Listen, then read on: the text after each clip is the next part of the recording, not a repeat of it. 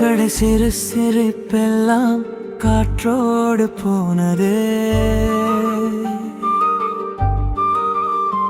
சென்று நடந்த பாதையெல்லாம் நினைவாக ஆனது.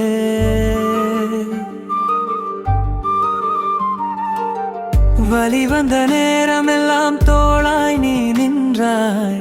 விழிமூடும் நேரம் வரை என் சொந்தமாயிருந்தாய்.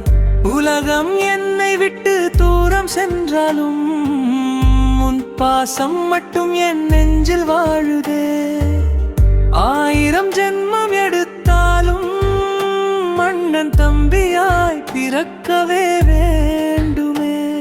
உன் சிரிப்பை காண என் உயிரே போதுமே. உன் கண்ணீர் துடைக்க என் வாழ்வே போகுமே.